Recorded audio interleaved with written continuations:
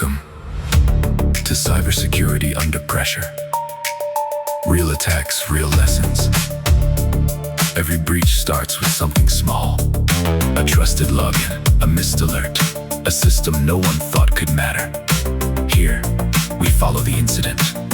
How it began, how it moved, what broke under pressure, and what security engineering and business teams should learn before the next one. Because the next attack will not wait for a perfect plan. Now,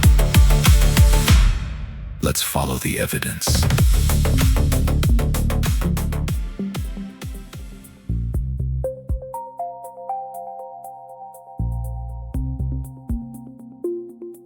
A recent breach at India's Kudankulam nuclear power plant has raised critical questions about supply chain security and the challenges of maintaining control over sensitive information as it moves through deep supply chains.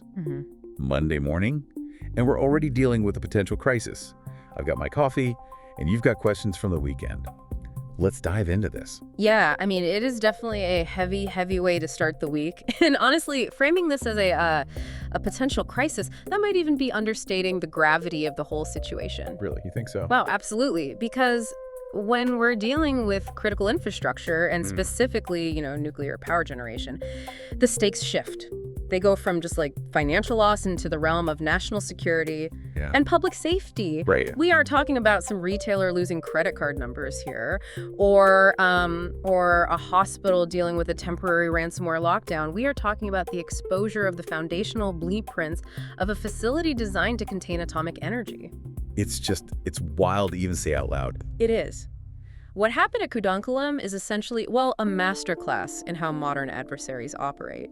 They've realized they just don't need to break down the reinforced front doors of these facilities anymore. Why bother with the front door, right? Exactly. They can just, walk right through the service entrance. That is exactly the part that really kept me up this weekend. I was reading through these reports, the ones from Shieldworks, Reuters, the Times of India. The weekend reading. Yeah, light weekend reading, right.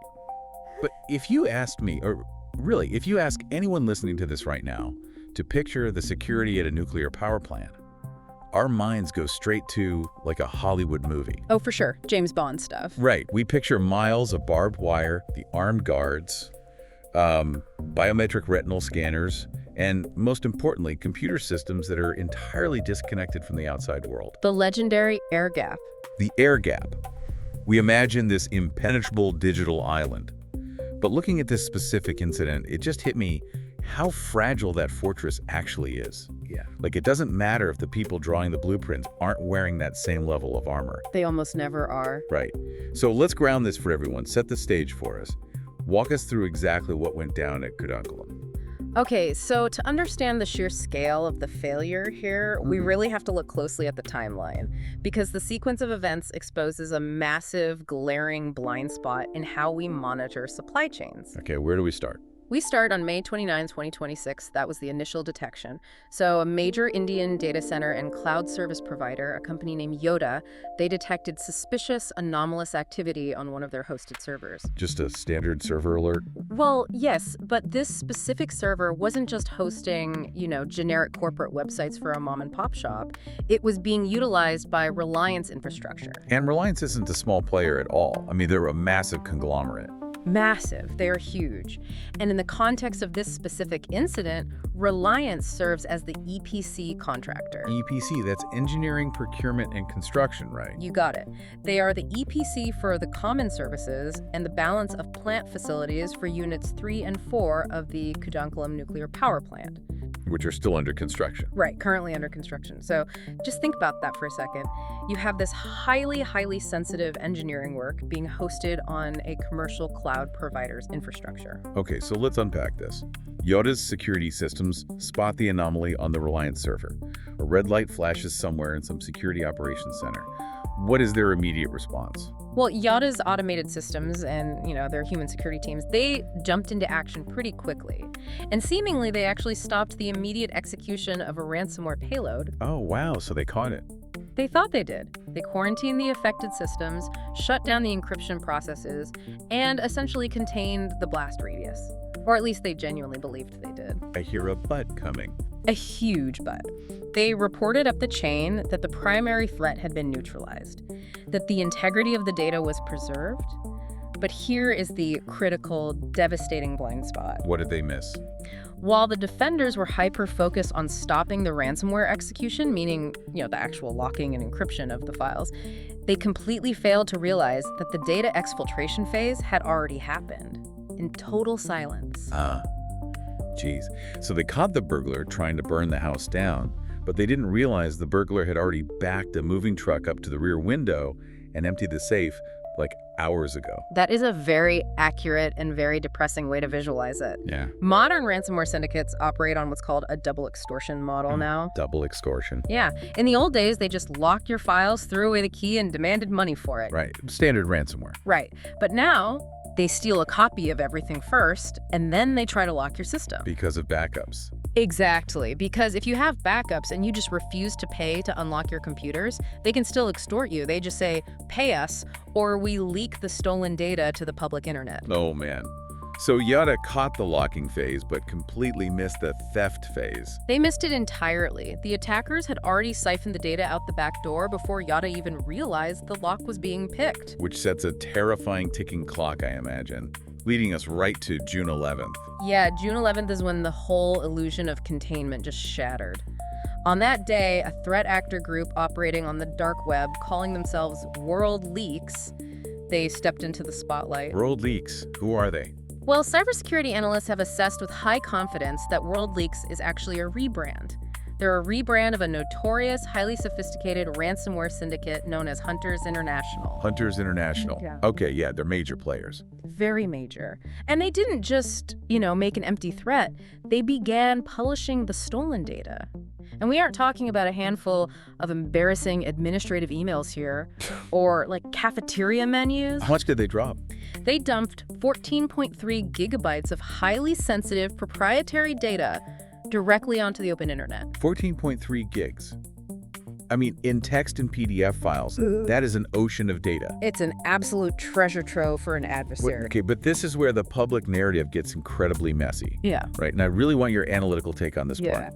Almost immediately after this data dump happened, the Nuclear Power Corporation of India Limited, NPCIL, they went into full damage control mode. Oh, yeah. The PR spin was immediate. Right. They issued press releases essentially saying, everybody calm down. This is just balance of plant data. Quote unquote, just balance of plant. Yeah, balance of plant. They heavily emphasized that the core safety systems, the actual nuclear reactors themselves, are supplied by Russia's Rosatom. And those Rosatom systems are entirely air-gapped, sovereign, secure. They basically treated this 14.3 gigabyte leak as if it were just conventional, non-critical construction files. So I have to ask, if the reactor core plans aren't floating around on the dark web, why are cybersecurity experts and infrastructure analysts sounding the alarm so aggressively? Well, because dismissing balance of plant data as conventional or, non-critical, it fundamentally misunderstands both the physical reality of nuclear engineering and the ruthless mechanics of modern cyber warfare. So it's just PR spin. It's a terrifyingly naive PR spin. Yes, if you look at the raw numbers, the cache of 858,000 files leaked from Reliance mostly contains standard corporate detritus. Like what? HR forms, generic meeting minutes, vacation requests. But ShieldWorks, the security firm that actually analyzed the breach, they identified over 19,000 files explicitly directly related to the Kudankulam nuclear project. 19,000 specific engineering files. Yes, highly sensitive, detailed engineering files. Okay, let's break down what balance of plant actually means for the listener who might not be a nuclear engineer. We're talking about the support systems, right? Not the radioactive core itself. Right, but we are talking about the life support systems of the entire facility. The balance of plant, or BOP as the industry calls it, it includes the secondary cooling loops. Okay. It includes the industrial ventilation and HVAC systems. It includes the backup diesel power generators, the switchyards, the power routing infrastructure, and the common control room floor layouts. So basically, it's everything that prevents a catastrophic meltdown if the primary systems suddenly fail. That is exactly the crux of it. The primary core reactor, the part Rosatom built, might be where the atomic heat is actually generated. But the balance of plant is what safely manages, distributes, and mitigates that environment. It keeps the beast in the cage. Exactly. If you want to understand why this is so critical, just look at the Fukushima disaster back in 2011. Oh, wow. The reactors there actually shut down successfully when the earthquake hit. The primary systems worked perfectly. The meltdown occurred because the tsunami flooded the backup diesel generators, Which are part of the balance of plant. Without those generators, they couldn't pump water to cool the reactors, and physics just took over. Wow. That puts it into a horrifying perspective. Right, so if an adversary, say a hostile nation state, knows exactly how your secondary cooling loop is piped, if they have the blueprints showing exactly where your backup diesel generators are physically located, Yeah. and if they know the specific make and model of the industrial controllers governing those generators, they don't ever need to cross the air gap to hack the Rosatom reactor core. Because they can just turn off the cooling from the outside. They just need to disable the auxiliary cooling systems and let the reactor's own residual heat do the destructive work for them. Jeez. So dismissing this leak because it doesn't contain, weapons-grade state secrets provides a massively false sense of security. What it actually provides to hostile actors is a precise, high-fidelity, physical and logical map to plan future kinetic or cyber operations. When you put it like that, the whole concept of the air gap defense sounds almost like a comforting illusion we sell ourselves. It really is becoming one. We spend billions building this impenetrable digital island, but we leave the highly detailed map to the island's life support systems sitting on a commercial cloud server. Exactly. Which brings us right into the architecture of the breach itself. This is what I really want to dig into, the soft underbelly of the supply chain. Because this wasn't a direct attack on the plant, was it? Not at all.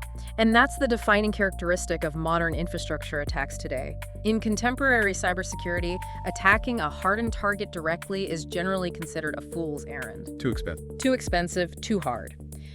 Nation-states and top-tier ransomware syndicates are incredibly efficient organizations. They operate like ruthless, highly optimized corporations. Right, they have budgets and managers. Exactly. They look for the path of least resistance to maximize their return on investment. Why on earth would a hacking collective spend tens of millions of dollars, burn their best zero-day exploits, and spend years of research trying to bridge a physical air gap into a military-hardened network? Right, when they can just hack the third-party contractor who designed the ventilation system. Man, I was trying to come up with a way to explain this to a friend over the weekend.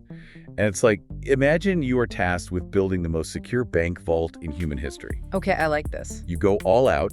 You install retinal scanners, you put seismic sensors in the walls, you build a time-lock door that weighs 50 tons, and you post armed guards at the entrance.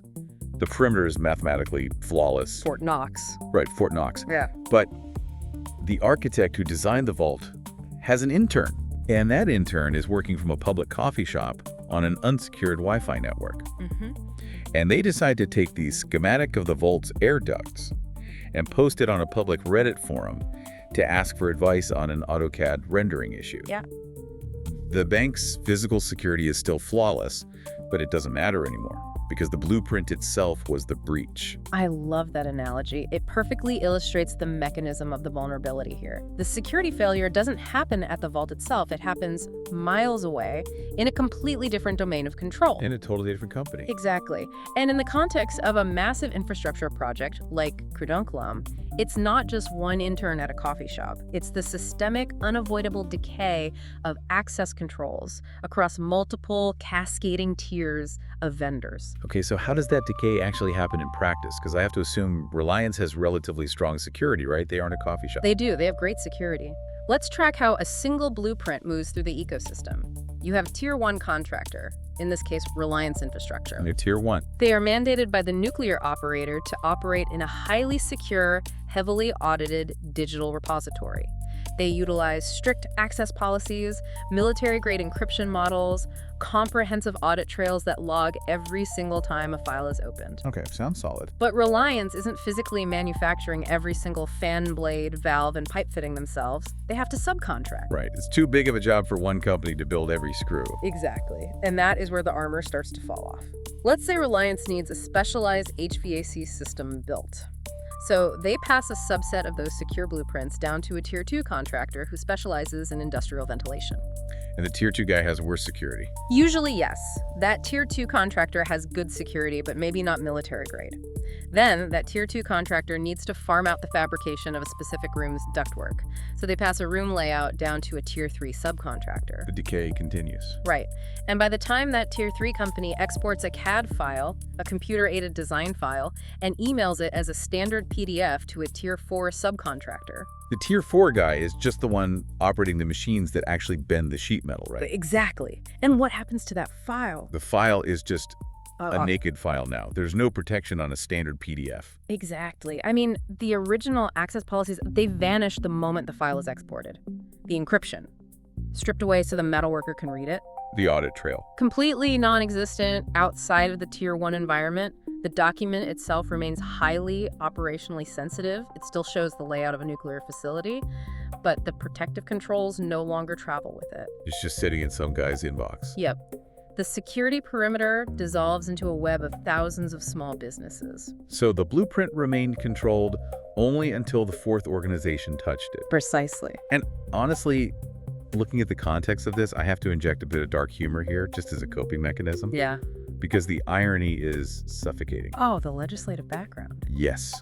If you read the legislative background leading up to this construction phase, there was this massive coordinated push in India to amend the Atomic Energy Act. I remember this. And the whole stated goal of that amendment was to accelerate infrastructure development by integrating private corporate giants, specifically companies like Reliance, into the nuclear construction ecosystem. Right.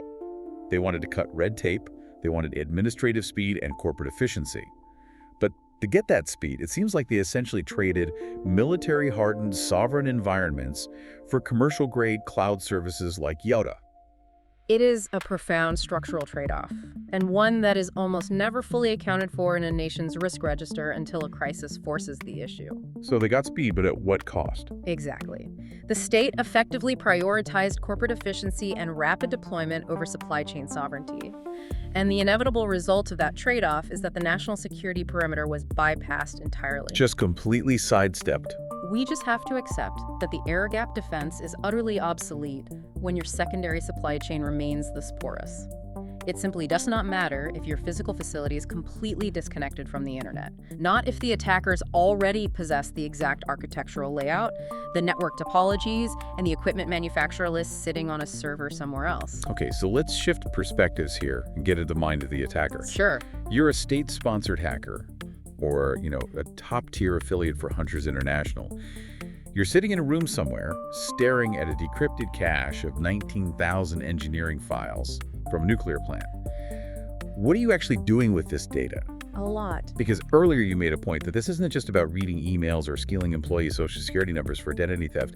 This is about building what the industry calls a digital twin. Yes, the digital For the listener who might be imagining like a 3D video game model, explain what a digital twin actually is and why it's so incredibly dangerous in the wrong hands. It's a vital distinction to make. A digital twin is far, far more than just a static 3D model or a virtual tour. It is a high-fidelity, dynamic behavioral replica of a physical facility. Behavioral replica, what does that mean? It means by taking the leaked physical blueprints, the ventilation designs, the secondary cooling piping schematics, the control room floor layouts, a highly sophisticated adversary can reconstruct the entire plant in a virtual environment. But they don't just build the walls, they code in the physics. Oh, wow. They can model the real-world operational behavior of the actual systems. So it's a simulation engine. Exactly. They can essentially run war games on the plant before they ever launch a real attack. They can sit there and say, hey, if we launch a cyber attack that forces this specific cooling valve to shut, how many minutes exactly does it take for the secondary backup system to overheat? That is the exact nightmare scenario. They use the digital twin to identify physical bottlenecks and operational vulnerabilities that can be exploited to bypass digital defenses entirely. That's terrifying. They can practice. They practice until it's perfect. If they have the exact layout of the facility, They know where the CCTV blind spots are. They know exactly which access corridors lead to the emergency backup generators. They know the whole board before the game starts. They understand the redundancy architecture, meaning they know exactly how many secondary systems they have to systematically take out before a critical, unrecoverable failure cascade occurs. This is the terrifying reality of what we call passive engineering documentation. And what makes it so much worse is the permanence of it. The longevity, yes. Like, if my IT database gets breached and my passwords leak, it's a terrible weekend. It's a headache. Right. But it's a temporary crisis. I force a global password reset, I rotate the credentials, I patch the firewall vulnerability, and by Monday, the stolen data is relatively useless to the hackers. Exactly. But you can't just hit a reset button on the physical layout of a concrete containment building. The longevity of the risk is just staggering. An IT breach has a short half-life, but a design blueprint, that has a shelf life of 40 to 60 years. Okay. Which is the entire anticipated operational lifespan of the nuclear plant. Once those massive concrete walls are poured, once those subterranean cooling pipes are laid in the earth and encased in cement, that information is permanently actionable for an adversary. They can't just move the pipes. No, they can't. They have a permanent map of your physical reality. It provides a hostile state with an open-ended strategic advantage that lasts for decades. Here's where it gets really interesting, though, and this is something I was pondering while reviewing the timeline over the weekend. What's that? Units 3 and 4 at Kudankulam, the specific units these leaked files relate to, they aren't even operational yet. That's true. They're currently a massive construction site and aren't slated to come online and go critical until roughly 2027. So, taking a glass half full approach here, trying to find some silver lining, doesn't that mean we have time to fix it? You'd think so. The reactors aren't hot yet. There's no nuclear material actively generating power. Can't the operators look at this leak, go back into the physical plant, change the physical locks, reroute some of the security cameras, maybe swap out some of the compromised controller brands? You would certainly hope that's the case, and intuitively, it feels like a grace period. It really does. But from an advanced cyber-physical threat perspective, I have to flip that optimism completely on its head. The fact that the plant isn't operational yet is actually a worst-case scenario for the defender. Wait, I'm lost. How could it possibly be worse that the plant isn't running? Surely an active plant being hacked is the ultimate nightmare. An active plant being hacked is a crisis, yes. It's an immediate emergency.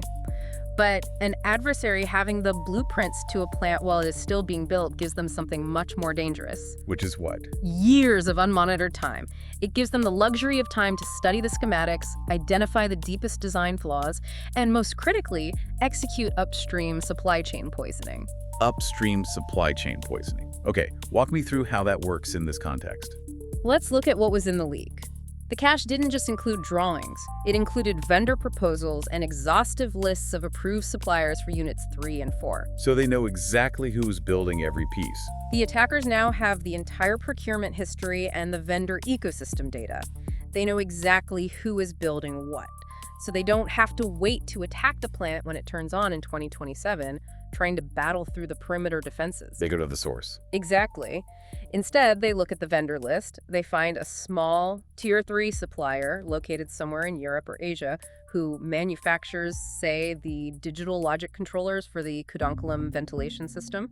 And they attack them. They hack that small, relatively poorly defended supplier today, and they inject backdoor-laden malicious firmware deep into the hardware of those controllers before they ever leave the factory floor. Oh, wow. So they don't break into the plant, they let the plant's own supply chain carry the weapon inside for them? It's a Trojan horse. The counterfeit hardware gets boxed up, shipped across the world to the plant, and the engineers install it themselves, fully believing it's completely legitimate because it came directly from their approved vendor. That's the reality. And the attackers are already inside the system on day one, just waiting. The malware is literally baked into the physical facility during construction. By the time 2027 rolls around, the plant goes critical, and the operators proudly disconnect the network to establish their air gap. The bad guy's already locked inside with them. The adversary has already established deep persistence inside that air gap network. They are already on the inside of the impenetrable island. And they know exactly what the internal network looks like because they have the digital twin they built from the leaked blueprints. That is absolutely chilling. It's not a smash and grab bank robbery. It's a multi-year-long con. It requires immense patience. And speaking of the economics of a long con, There was a specific, seemingly mundane detail in the leak that really jumped out at me during my prep, and I want you to break it down. Oh, the insurance policy. Yes. Among all the engineering files, the leak revealed a $112 million terrorism insurance policy for Units 3 and 4. Yeah. Now, to the average person reading the news, that just sounds like boring corporate paperwork, Yeah. standard liability stuff. But you were telling me earlier that this document is actually a massive, highly coveted piece of intelligence for an adversary. It is invaluable Why does a hacker care about an insurance policy? because it provides a concrete mathematical metric for the economic impact of potential sabotage. Right. We have to remember that cybersecurity, especially at the highest levels of nation-state conflict, is ultimately an exercise in economics and resource management. Attackers don't have infinite time or money. They run rigorous cost-benefit analyses before launching an operation. They have ROI metrics too. Exactly. By inadvertently exposing the terrorism insurance policy, the plant operators have effectively shown their hand to the enemy. They have told the attackers exactly how they perceive their own risk profile, what specific defensive priorities they have funded, and most importantly, the exact dollar value they associate with a catastrophic kinetic event. I was trying to think of an analogy for this, and initially I thought it was like playing poker and accidentally dropping your cards so the other guy sees them. That's close. But it's actually much worse than that, isn't it? It's like a highly organized crew of burglars casing a mansion, and they managed to find the homeowner's receipt for a $5,000 security system in the trash. Oh, I like that. Yes. That receipt tells the burglars exactly what brand of cameras to look for, what tools they need to bypass the alarms, and most importantly, it tells them that whatever is inside the house is valuable enough to justify a $5,000 defense. It gives them the exact parameters they need to calculate if the juice is worth the squeeze. That is a brilliant way to frame it. The insurance policy informs the adversary's risk calculus for future aggression. If they know the maximum payout or the perceived value of total destruction is capped at $112 million, they can scale their offensive cyber operation accordingly. They won't spend $200 million trying to destroy a $112 million asset. Right. They know exactly how many resources to commit. And this staggering scale of exposure ranging from the physical blueprints of the cooling systems down to the financial risk profiles of the operators creates this profound, gaping rift between the reassuring statements we are hearing from the state and the urgent, flashing red warnings coming from independent observers. It's two completely different realities. The state PR machine says, don't worry, the nuclear core is entirely safe. But the security experts are looking at the leaked blueprints and saying, you've handed a hostile military the keys to the facility's life support system. Which necessitates a massive pivot in how this entire industry governs itself. We clearly cannot just keep building air gaps and crossing our fingers that the supply chain holds. No, the perimeter is dead. So, what is the solution? If the perimeter is dead, how do you govern a supply chain that is thousands of companies deep and unimaginably complex? Well, this is where we have to transition from just admiring the problem to looking at the regulatory and architectural frameworks currently being developed specifically to address this nightmare. Okay, let's get into the solutions. And the gold standard emerging right now in the critical infrastructure space is the U.S. Nuclear Regulatory Commission's framework for zero trust architectures for operational technology. The NRC framework. Right. The NRC recently put out a technical letter report, specifically TLR-REE 2024-001, that attempts to map out in painstaking detail exactly how you apply the concept of zero trust to a physical nuclear facility. Okay, let's stop there for a second because zero trust is one of those buzzwords that gets thrown around constantly in corporate IT. It really does. It's lost a lot of meaning. Usually when my IT department says zero trust, they just mean they're going to make me use two-factor authentication on my phone before I can check my email. Right, MFA. But in operational technology, on the physical floor of a nuclear plant, what does zero trust actually look like in practice? It is a radical departure from the old model. The old model was the castle and moat approach. Build a high wall and assume everyone inside the wall is a trusted ally. A perimeter. Right. The NRC framework shatters that illusion entirely. To understand it, let's walk through a scenario using the framework's 5 core principles. Okay, let's do a role play. Let's imagine you are the chief engineer of the plant and you need to log into a terminal to adjust the flow rate on a cooling valve. Okay, I'm the chief engineer. Under the first principle of zero trust, which is assume hostile environment, The system looks at you and assumes that the network you are sitting on is already compromised. It assumes the worst. It assumes the environment, both inside and outside the plant, is untrusted by default. That makes logical sense, given what we just discussed about the supply chain. The perimeter is an illusion, so the system assumes the room I'm sitting in is hostile. What happens next? Next, the system applies the second principle, which is often the most difficult mindset shift for a nuclear operator. Presume breach. Okay, wait. I have to push back on that. I thought you might. Telling a nuclear operator to presume breach, to actively operate their daily shift under the baseline assumption that foreign hackers are currently inside the system, managing the cooling loops alongside them, that sounds psychologically terrifying. It is. These operators have spent decades being trained to rely on absolute, infallible perimeter defense. If the perimeter is breached, sirens go off, the plant scrams, and everything stops. Red flashing lights. Right. To tell them to presume breach as a normal operating condition feels entirely counterintuitive to the entire culture of nuclear safety. You are entirely correct that it is psychologically terrifying, and honestly, it causes massive friction between legacy engineers and modern cybersecurity teams. I bet. But it is the only realistic way forward in a post-Kudankulam world. In the past, the core assumption was, we are sitting behind a physical data diode, therefore we are invulnerable. But that's not true anymore. No. Presuming breach forces the operator to stop asking the outdated question, how do we build a higher wall to keep them out? And start asking the vital question, what exactly do we do now that they are already in? Wow. It shifts the defensive focus from blind trust in the perimeter to continuous aggressive verification of the interior, which leads directly to the third principle when you try to open that cooling valve. Never trust, always verify. So, even though I'm the chief engineer, and I'm physically sitting at a dedicated terminal deep inside the most secure zone of the plant, wearing a badge, the system doesn't trust me just because I'm sitting in the right chair. Not at all. Access is denied by default. Yeah. When you request to open that valve, the system verifies your identity, yes. But it also silently verifies the cryptographic health of the specific terminal you were using. It's checking my computer. It verifies the context of your request. Is it normal for you to open this valve at 3:00 a.m. on a Sunday? Authorization is granted on a strictly need-to-know, least privileged basis, and those policies are highly dynamic. So it's scrutinizing every single variable before the valve moves an inch. Which is the fourth principle, scrutinize explicitly. It's not just logging that the chief engineer logged in. The system is continuously analyzing the behavior of the network in real time. Looking for weird behavior. Right.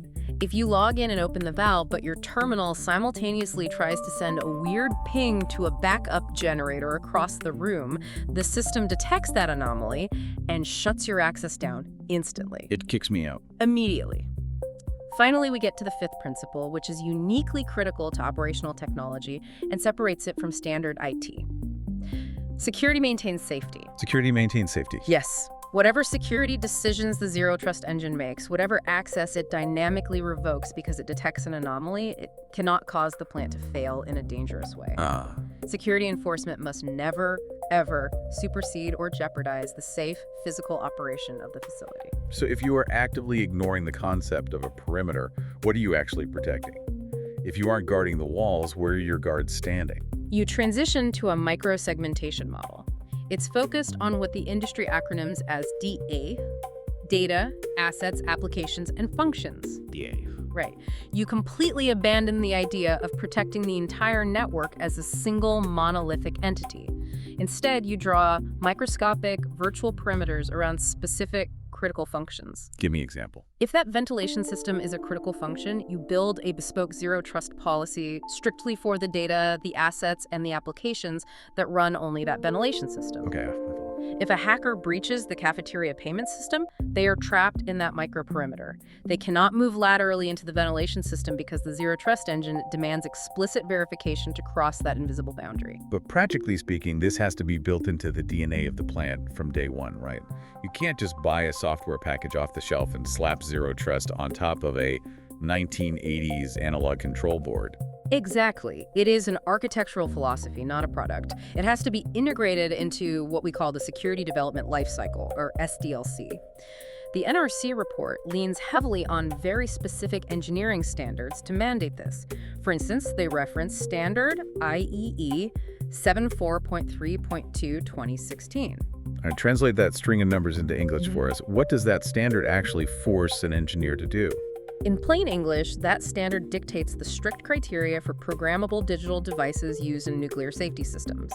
It essentially mandates that you have to design the system from the initial product concept phase with zero trust embedded in the hardware. In the actual chips? Yes. You cannot use generic microchips. You need hardware that supports mathematically strong authentication. You need network switches that physically support microsegmentation. Everything has to be built for this from scratch. You need tools that allow for continuous validation without interrupting the deterministic behavior of the safety system. Deterministic behavior. The safety system has to work exactly the same way in exactly the same amount of milliseconds every single time, regardless of what the security software is doing in the background. Okay, but let me bring this back to the Kudankulam incident and the supply chain problem. Okay, let's tie it back. Because we just established that the vulnerability isn't always inside the plant, it's out in the vendor ecosystem. If Reliance Infrastructure is exporting a CAD blueprint to a Tier 4 subcontractor who operates out of a small garage, how does zero trust help? That's the big question. The file still has to leave the building so the guy can bend the metal, right? This is the critical insight where zero trust extends beyond the plant. The realistic objective of zero trust in a deep supply chain isn't perfect containment. You cannot stop a subcontractor from needing to see the blueprint to build the pipe. Right, they need to see it to build it. The goal is knowing exactly where export is unavoidable, preserving immutable evidence and audit trails when it occurs, and most importantly, changing how the export happens. You ensure that operationally sensitive design data is only handled by suppliers who have the maturity to operate inside a controlled environment. So you don't just attach the PDF to an email and hit send. Never. You grant that Tier 4 subcontractor heavily monitored, restricted, temporary access to view the file within your own secure, virtualized workspace. Oh, I see. The file never actually leaves your server. The subcontractor logs in, they look at the blueprint on their screen, they build the pipe, and they log out. So they can't save it. They can't download it, they can't print it, they can't save it to a thumb drive. They can only view it while your zero trust engine explicitly scrutinizes their entire session.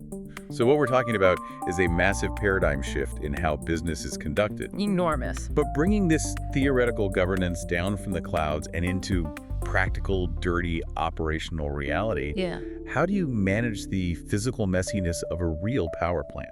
The messiness is the hardest part. Because in my head, I'm picturing an engineer in a hard hat walking around a loud, vibrating plant floor. They need to update the firmware on a massive water pump sensor. A routine task. Right. They're going to use a ruggedized laptop, or worse, they're going to pull a USB thumb drive out of their pocket. The dreaded USB drive. Exactly. All the theoretical zero trust architecture in the world, all the virtual workspaces, none of it stops an exhausted engineer from plugging an infected thumb drive directly into a critical terminal. How do we secure cybersecurity under that kind of physical transient pressure? You've just identified the exact friction point where beautiful theoretical security models collide violently with operational reality, and it is a massive area of regulatory focus right now. I would hope so. The U.S. Nuclear Regulatory Commission mandates strict cybersecurity programs for nuclear plants under a regulation known as 10 CFR 73.54. A huge vital part of that regulation focuses entirely on controlling the use of transient cyber assets. Transient cyber assets, which is the technical term for those laptops and USB drives you just mentioned. Right. You cannot simply ban them from the plant floor because they are operationally necessary. Engineers need them for routine maintenance, diagnostics, and applying critical safety patches. So if you can't ban them, you have to scan them. You have to scan them meticulously. But haven't standard antivirus programs been proving pretty useless against the kind of nation-state zero-day malware that targets nuclear facilities? I mean, standard software just compares files against the known list of bad viruses, right? Yeah. If it's a brand new weapon, the software is blind. You're exactly right. Standard software antivirus is functionally useless against an adversary like Hunters International or a state intelligence agency. It's just a false sense of security. Software can be lied to. If the laptop is deeply compromised, the malware can just tell the antivirus software, everything is fine here, nothing to see. Wow. You need specialized hardware-based solutions designed specifically for high-security, air-gapped environments. A prime example gaining major traction in the industry right now is the OpsWatt Meta Defender drive. Okay, I want to understand how this is different from just installing Norton or McAfee on the laptop. Walk me through the mechanism. Sure. The engineer has a laptop they want to bring into the secure, air-gapped zone of the reactor. What physically happens? The key is that the MetaDefender isn't software you install on the engineer's laptop. It is a physical, independent, secure, bootable USB drive. Wait, it's a USB drive itself? Yes. Before that engineer's laptop is allowed anywhere near the isolated OT network, you plug the MetaDefender drive into it. But you don't boot up the laptop's normal Windows operating system. You boot the laptop directly from the MetaDefender drive itself. Ah, so you bypass the laptop's brain entirely. Precisely. It operates completely independently of whatever compromised operating system might be lurking on that laptop. That's smart. By booting from the external drive, it can scan the laptop's hardware from the absolute lowest level, the kernel, all the way up to the user space. And it doesn't just use one antivirus engine. It uses dozens of anti-malware engines simultaneously. Dozens. Yes. It checks for hidden file-based vulnerabilities. It executes what's called deep content disarm and reconstruction. Content disarm and reconstruction. What does that mean conversationally? Think of it like taking a suspicious package at the post office. Instead of just x-raying it, you physically rip the package completely apart. Okay. You inspect every single thread of cardboard and piece of tape, and then you rebuild a brand new identical package to send to the recipient. So you know it's safe. Right. The MetaDefender physically tears the files down to their binary components, strips out anything executable or suspicious, and reconstructs a safe version of the file. It also verifies the country of origin for the software components to ensure a foreign intelligence agency hasn't slipped something in. So even if the laptop's operating system is deeply infected and actively trying to lie, saying, "I'm completely clean," the MetaDefender drive ignores the OS, reads the raw data on the physical hard drive, and finds the malware hiding in the shadows. Exactly. It establishes what we call a hardware-level root of trust. Only after the transient device passes that exhaustive multi-engine physical scan is it certified safe to connect to the internal network. Which ties back to the principles. It is the physical, real-world manifestation of the never trust, always verify principle. That makes perfect sense for isolating the physical devices on the floor. But at the same time, we're seeing this massive industry-wide push for digital transformation in the nuclear sector. Yes, Industry 4.0. I was reading a really fascinating report from Alton. They are a major engineering consulting firm heavily involved in the European nuclear space, and they are intensely focused on IT and OT convergence. It's the hottest topic right now. They're talking about implementing predictive maintenance, edge computing, connected AI engineering tools. The nuclear industry wants to use artificial intelligence to analyze vibration data on a water pump, detect weak signals, and predict equipment failures weeks before they happen to save millions of dollars. The efficiency gains are undeniable. But if you connect all these highly sensitive OT sensors to IT data analytics platforms so the AI can read them, doesn't that just create massive new attack vectors? Aren't we just building bridges over the moat we just tried to secure? It creates enormous existential risk, which is exactly why Alton emphasizes in their reporting that this transformation cannot be haphazard. It must be a process of controlled continuity. Controlled continuity. You absolutely cannot have digital transformation in a nuclear plant without simultaneous, robust digital sovereignty. If you are going to pull sensitive vibration and temperature data from your critical secondary cooling pumps to feed a predictive maintenance AI algorithm, that data absolutely cannot be sent to a generic commercial public cloud. So no AWS or Yada servers for this? Absolutely not. It cannot go to a standard server. It requires localized data hosting, bespoke on-premises AI platforms, or highly secure sovereign perimeters managed by the state, not a third-party vendor. So the goal is to get the operational benefits of the AI, but you force the AI to live inside the castle walls. You don't send the data out, you bring the analytics in. Exactly. And this IT-OT convergence requires a completely new paradigm of vigilance to enforce that separation. You don't rely on firewalls anymore. You implement data diodes. Explain the mechanism of a data diode, because I think a lot of people confuse it with a strong firewall. It's a physics thing, right? Yes, it's governed by physics, not software code. A firewall is a software filter. If a hacker finds a bug in the code, they can slip past it. Just a line of code. Right. But a data diode is a piece of networking hardware that only allows data to flow in one physical direction. Usually it works using optics. Inside the diode, On the highly secure OT side, there is a phototransmitter, a tiny laser that shoots light. On the less secure IT side, there is a photoreceiver that catches the light and turns it back into data. So the data moves via light. Yes, and there is literally no laser on the IT side. So the secure network can beam data out to the AI analytics platform, making it visible, but it is scientifically impossible for a hacker on the IT side to send a malicious command back into the secure network. Because light cannot travel backward through a receiver. It's a physics barrier. Coupled with that, you deploy specialized network detection and response tools built specifically to understand arcane industrial protocols, not just normal web traffic. The overarching theme here, whether we're talking about zero-trust architectures fundamentally reshaping access, hardware-level USB scanning acting as a physical checkpoint, or predictive AI operating behind the physics of a data diode, is that these incredible technological innovations are meant to augment human expertise, not replace it. Never replace it. We still desperately need the engineers, the threat analysts, the plant operators. But their reality has changed. They are now operating in an environment where the highly detailed blueprints of their physical facility, the life support systems of their nuclear plant, might already be sitting on a server in a hostile nation. That is the grim reality. They can no longer rely on the luxury of obscurity. If you live anywhere near a critical infrastructure hub, whether it's a nuclear facility, a water treatment plant, or a major power grid, this shift in how supply chains are secured directly impacts your physical safety. The stakes couldn't be higher. And that is the true, enduring lesson of Kudankulam. We have to accept that the digital perimeter is merely a line in the sand. It will inevitably be washed away by a sophisticated adversary. It's just a matter of time. The real defense has to be woven into the very fabric of the organization, distributed securely throughout the entire supply chain, and embedded deeply into the engineering culture itself. It demands a posture where vigilance is constant, trust is mathematically and cryptographically verified at every step, and the assumption of a hostile, compromised environment is the baseline of daily operations. It really makes you realize that the future of warfare isn't necessarily going to be fought with bombs dropping from the sky.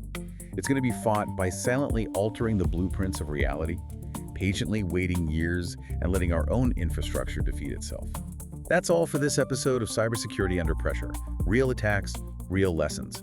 The question is no longer whether the operator classified the blueprint correctly, but whether the blueprint remained controlled after the fourth organization touched it. Stay vigilant, and we'll see you in the next chapter.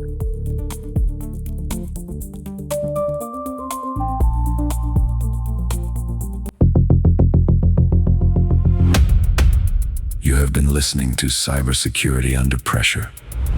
Real attacks, real lessons. Real incidents leave real lessons. Stay prepared, stay critical, and keep following the evidence.